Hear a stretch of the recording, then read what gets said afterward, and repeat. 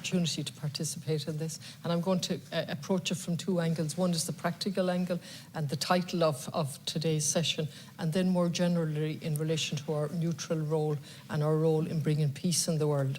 And so I welcome and I pay tribute to the work done by your colleague and indeed by yourselves in taking a hands-on approach in relation to welcoming the refugees, absolutely necessary as one of the fundamental parts of our humanitarian reaction to the war that's completely unjustified and the invasion by Russia. So let me just get that off the table. In relation to the practical matters, one cannot but put it in context. We have a major housing crisis. I gave some of the figures last night, Deputy Minister Rabbitte for Galway, and I'm sure you're very familiar with them. In the county, the rents have risen by 19%, but since the trough, the lowest period, they've gone up by 100 and something percent. The figures don't mean anything anymore. And just in relation to Deputy Phelan, when you come at the end, you get a chance to comment, might be somewhat unhelpful, but I think it's important. I did not hear the Minister for Housing saying that the money was ring-fenced. What I heard him say, and what he's clearly written in his speech, is there are targets, and they're separate targets in relation to our Housing for All strategy, and that we won't be interfering with those in looking after the refugees. And he felt it important to point that out. I don't think it's possible to give that reassurance. And I want to leave the refugees out of this. It is not possible. We're not reaching our targets as is. And one of the points I was making in this morning and yesterday's contribution was, for example, the voluntary housing bodies in Galway, in your own county, have expressed great difficulties in reaching their targets. They just can't do it. And this was highlighted at the Housing Task Force. So I think it's important to be clear with language when we talk about housing matters.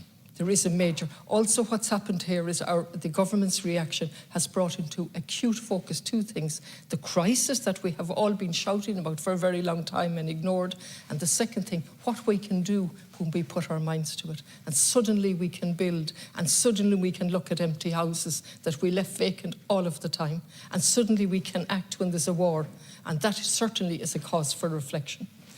In relation to the ministers, a point was also made about local authority houses that are empty. And I think it's unacceptable that they're empty, and they've remained empty in Galway for as long as I was a councillor and then a TD, and I see you nodding, Minister, and I welcome that, but the only response we ever got from management was, oh, it's a small percentage of our overall housing. At any given time, there are 100 houses empty. It looks bad, if nothing else, and they should be turned over in a matter of weeks, and they never have. So it's appalling.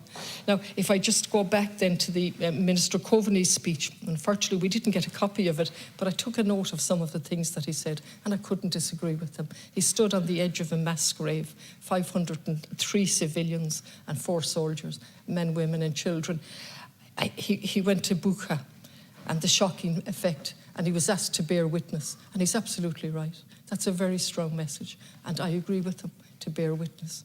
Now, again, when you're limited for time, you try to focus. So I want to say I absolutely agree with them, and one couldn't be touched by what we see and what the Minister said when he came back. But I want to broaden it out to say, first of all, I didn't see any mention of the role that Ireland was playing on the UN Security Council to bring peace. Because no matter how much we condemn Russia, and they deserve our condemnation, we have to sit down at some stage and come to a peaceful solution. At some stage, we have to do that. Are we just going to keep killing and killing, led by Russia? Are we going to keep sending weapons and more weapons? Is that what and for how long? And how long can we keep taking refugees? As long as we can, of course, and I'd be the first to push you to do that. But realistically, what should our role be here in addition to the humanitarian assistance? Where is our voice to say, this war has to stop? We can't keep doing this. And who's doing an analysis as to how the war started?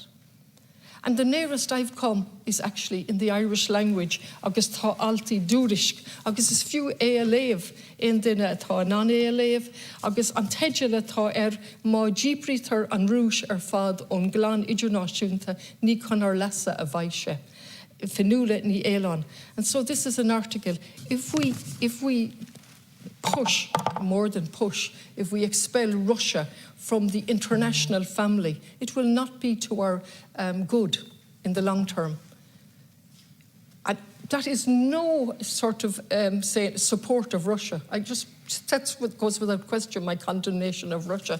And she elaborates on this. This is a woman who's the special representative in the United Nations. She happens to be from Galway originally, special on counter-terrorism and human rights. And she's also a professor in a university in America. She has multi-roles and well respected. She condemns outright the invasion by Russia, but she goes on to talk about na ceacht atá le fólam, the lessons that have to be learned. And she sets them out very, very clearly, and it's worth reading it. And she says, if at the very end of it, she says, má bhín an rúis ina cain éonar fad, ní chun ar lasa a bhaise. If we push Russia out completely, it's not to our good. And I draw an analogy with that. Many people have called for the expulsion of the ambassador, and the government has said, no, we need to keep relations with them. We need to talk to them. And yet I haven't seen one single piece of evidence where we have used our voice in relation to Russia to bring some type of peace, some type of compromise. I fully support the investigation into war crimes and the International Criminal Court. No difficulty at all. But at what stage will our voices rise up and say, please stop this war, we can't go on like this? And if we look at Europe and the role of Europe, they're not playing that role. They have now reversed policy completely. We haven't quite yet, and we're given humanitarian assistance. But Europe has reversed policy completely to provide military aid for their first time. Now, EU started out as a peace project. It has now gone closer and closer to a military project. And if you doubt me, let me just quote from a report that I would welcome. I'm making my way through it because it's a very dense report and it's very recent. It's at what cost? Funding the EU security, defence and border policies 2021 to 2027. I'll give the reference to anyone.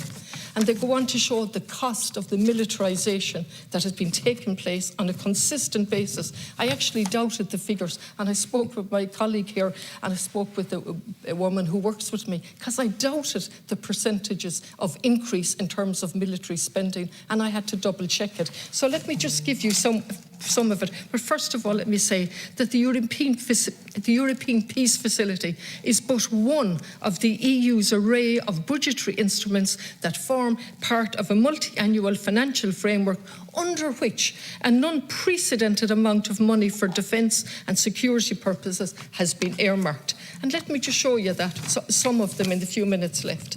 EU increased security, defence and military budgets between 2012 and 27 increased by 123% compared to the last budget round, which was 19.7 billion up to 43.9 billion. So that's 123%, and that's only 1%. I'm going to go much higher than that.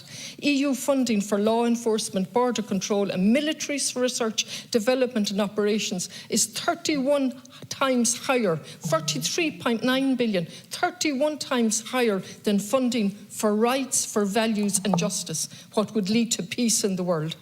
The largest increase is the European Defence Fund that has a budget of nearly 8 billion. And this is the figure that I balked at. 1256% increase. 1256% increase. And this money, for the first time, will be used for research and development for high-tech military weaponry. So we've got the private corporations working hand in hand, spending billions of public money on arms development. And then if we go on to the Frontex, the EU's border agency that I've spoken about many times, and the aim is to have 10,000 people working for that. The aim of deterring and containing migrants rather than protecting them. This is a 194% increase compared to the previous cycle. And listen to this figure, 13,200%. 13,200% increase in the budget in over less than a year. And we've had the retirement of the man in charge recently because the European Parliament was about to discipline or take action in relation to his behaviour. And I want to finish by pointing out and go back to Professor Antollah Elon, who pointed out that it's a very dangerous policy She welcomes absolutely the open policy for refugees, as I do. But she makes it perfectly clear that they're white and they're European, or on the European continent. And we've a completely different approach when they're not from the European continent and when they're of a different colour. Now, I raise that as a serious cause of reflection, because as we speak, we have 2,000 people in direct provision who have permission to go outside. They have the status and can go nowhere. We are ignoring what's happening in the Yemen. We've ignored the Amnesty report in relation to Israel, in relation to Palestine and the International Criminal Court. And of course, Israel has refused to cooperate with the International Criminal Court. They're not part of it. I'll finish. America has absolutely no respect for the International Criminal Court.